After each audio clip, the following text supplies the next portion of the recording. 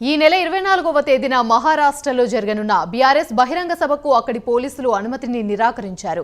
భద్రతా కారణాల దృష్ట్యా అంఖాస్ మైదానంలో సభకు అనుమతి ఇవ్వలేమని ఔరంగాబాద్ పోలీసులు తేల్చి చెప్పేశారు. మరో ప్రదేశాన్ని ఎంచుకుంటే అనుమతి ఇచ్చే అంశాన్ని పరిశీలిస్తామని పోలీసులు బీఆర్ఎస్ నేతలకి చెప్పారు. ఔరంగాబాద్ పోలీసుల తీరుపై సీఎం కేసీఆర్ అసంతృప్తిని వ్యక్తం చేశారు. ఇంకో పక్క ఔరంగాబాద్లోని జంబీదాలో సభ నిర్వహించాలని గులాబీ నేతలు నిర్ణయం తీసుకున్నారు.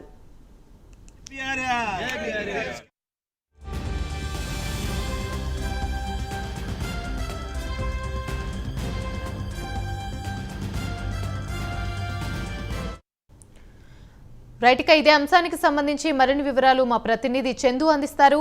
చందు, చెప్పండి, ఈ నెల 24వ తేదీన మహారాష్ట్రలో జరగనున్న బీఆర్ఎస్ బహిరంగ సభకైతే అక్కడి పోలీసులు అనుమతినివ్వలేదు. దీనికి సంబంధించి పూర్తి అప్డేట్స్ ఏంటి?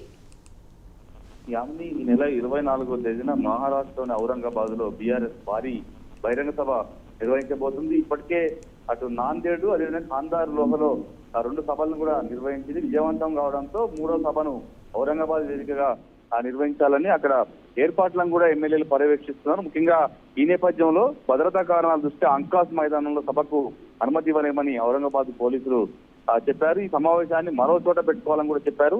అయితే దీనిపై సీఎం కేసీఆర్ అసంతృప్తి వ్యక్తం చేసినట్టు కూడా తెలుస్తోంది.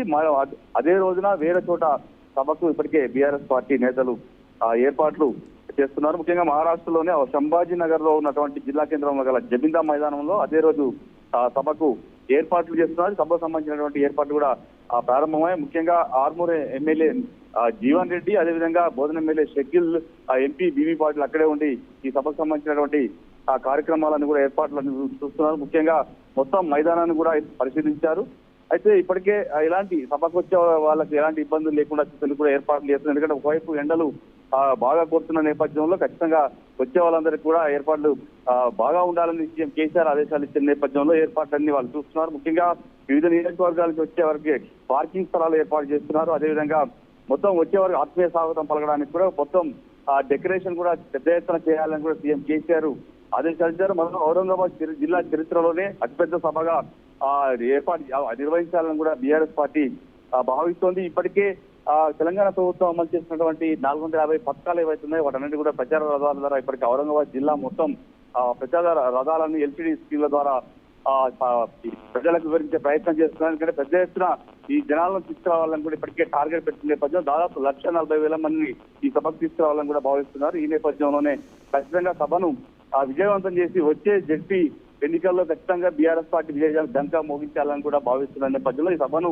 చాలా ప్రతిష్టాత్మకంగా బీఆర్ఎస్ పార్టీ తీసుకుంది. Right, thank you Chandu.